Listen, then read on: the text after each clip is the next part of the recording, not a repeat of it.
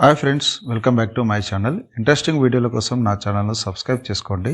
పక్కనే ఉన్న బెల్ ఐకాన్ని ప్రెస్ చేయడం ద్వారా నేను అప్లోడ్ చేసే లేటెస్ట్ వీడియోలను నోటిఫికేషన్ ద్వారా పొందండి. దక్షిణ భారతదేశంలో ప్రముఖ పుణ్యక్షేత్రాల్లో శబరిమల ఒకటి. శబరిమలలో కొలువై ఉన్న అయ్యప్ప స్వామిని దర్శించుకోవడానికి ఏటా లక్షలాది మంది భక్తులు దేశ విదేశాల నుండి తరలి వస్తారు. ఏడాదిలో కొద్ది రోజులు మాత్రమే స్వామివారి దర్శనం లభిస్తుంది. అయ్యప్పను హరిహరసుతుడని, ధర్మశాస్త్రాన్ని మణికంఠుడు అని పిలుస్తారు. అయ్య అంటే విష్ణువు, అప్ప అంటే శివుడు అని పేర్ల సంగమంతో అయ్యప్ప నామం పుట్టింది. మహిషాసురుడి సోదరి మహిషిని చంపి అయ్యప్ప శబరిమలలో వెలిశాడు. శబరిమలలో అయ్యప్పను బ్రహ్మచారిగా పూజిస్తారు. మహిషాసురుని జగన్మాత సంహరించడంతో దేవతలపై పగ సాధించాలని అతడి సోదరి మహిషి బ్రహ్మ గురించి ఘోర తపస్సు చేసింది. ఆమె తపస్సుకు బ్రహ్మ ప్రత్యక్షమై వరం కోరుకోమని అడిగాడు. శివకేశవులకు పుట్టిన సంతానం చేతిలో తప్ప ఎవరితోనూ చావులేనట్లు వరం పొందింది.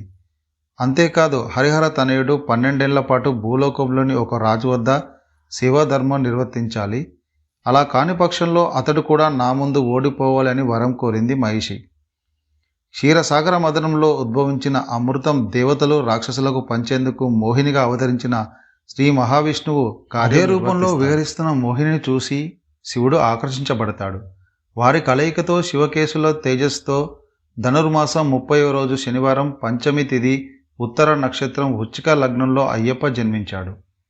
ఇతడు శైవులకు వైష్ణవులకు ఆరాధ్య దైవం. తండ్రి అయిన జగత్పతి ఆజ్ఞ ప్రకారం పంపానది తీరాన మెడలో మణిమాలతో శిశువు రూపంలో అవతరించాడు ధర్మశాస్త్ర. అదే సమయంలో దైవ ప్రేరణ వల్ల వేట కోసం వచ్చిన పందలరాజు రాజశేఖరుడు అరణ్యంలో ఉన్న శిశువును చూసి ఆశ్చర్యం చెందుతాడు. గొప్ప శివభక్తుడైన రాజశేఖరుడు సంతానం లేక అల్లాడిపోతున్న తనను ఆ భగవంతుడే కరుణించి ఈ శిశువును ప్రసాదించాడని ఆనందంతో అంతఃపురానికి తీసుకెళ్తాడు. ఆ శిశువును చూసిన రాణి కూడా ఎంతో సంతోషించింది. అయ్యప్ప అడుగుపెట్టిన వేళ విశేషం వల్ల రాజశేఖరుని భార్య మరో మగబిడ్డకు ప్రసవిస్తుంది. మణికంఠుని సాత్విక గుణాల వల్ల కొందరు అయ్యా అని, మరికొందరు అప్ప అని, ఇంకొందరు 2 పేర్లు కలిపి అయ్యప్ప అని పిలిచేవారు. మహారాజు తన కుమారులకు విద్యాబుద్ధులు నేర్పించడానికి గురుకులంలో చేర్పించాడు. గురుకులంలో విద్యాభ్యాసం పూర్తయిన తర్వాత రాజ్యానికి చేరుకున్న అయ్యప్పకు పట్టాభిషేకం చేయాలని తండ్రి భావించాడు. అది ఇష్టం లేని తల్లి తన తలనొప్పి అని నాటకమాడి ఈ వ్యాధి తగ్గాలంటే పులిపాలు తేవాలని రాజవైద్యుడితో చెప్పిస్తుంది.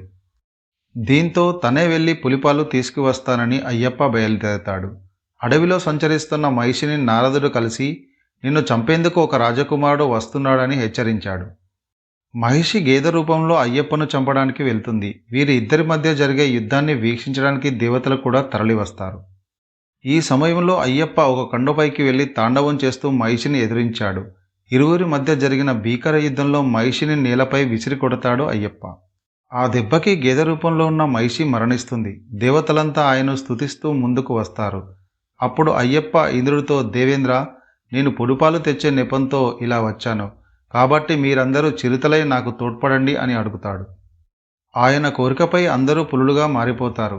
ఇంద్రుడు స్వయంగా చిరుతగా మారి అయ్యప్పకు వాహనం అయ్యాడు. పులి వాహనంపై అయ్యప్ప తన రాజ్యానికి చేరుతాడు. అయ్యప్పకు పట్టాభిషేకం చేయాలని రాజు భావిస్తే తనకు రాజ్యం వద్దన్న మణికంఠుడు ఒక ఆలయం నిర్మించి ఇవ్వమని కోరుతాడు. తానొక బాణం వదులుతానని, ఆ బాణం ఎక్కడ పడితే అక్కడ తనకు ఆలయం నిర్మించాలని నియమం పెడతాడు అయ్యప్ప. అలా అయ్యప్ప వేసిన బాణం శబరిమలలో పడడంతో అక్కడ ఆలయం నిర్మించారు.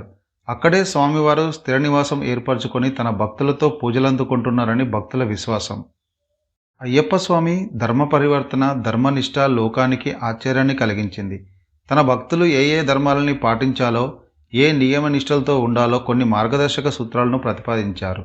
అప్పట్నుంచి ఆయన పేరు ధర్మశాస్త్రగా ప్రజలు అభిమానాన్ని చురగొన్నాడు. అందుకే ఆయనకి ధర్మశాస్త్ర అనే పేరు కూడా ఉంది. అయ్యప్ప స్వామి ఆలయంలో ఉన్న 18 స్వర్ణ మెట్లను పదునెట్టంబడి అంటారు. ఈ సోపానాల మీదుగా వెళ్లేందుకు ప్రతి ఒక్కరూ అయ్యప్ప మాలను విధిగా 41 రోజుల పాటు ధరించి మండల దీక్ష చేపట్టి ఇరుముడిని తలపై పెట్టుకొని రావాలి.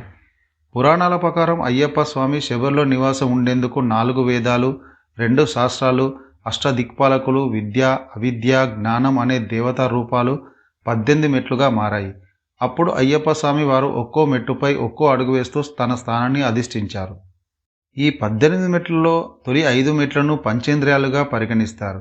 అంటే మన కళ్ళు, చెవులు, నాలుక, ముక్కు, స్పర్శలకు సంకేతాలుగా భావిస్తారు. ఆ తర్వాతి 8 మెట్లను అష్టరాగాలకు సంకేతంగా పరిగణిస్తారు.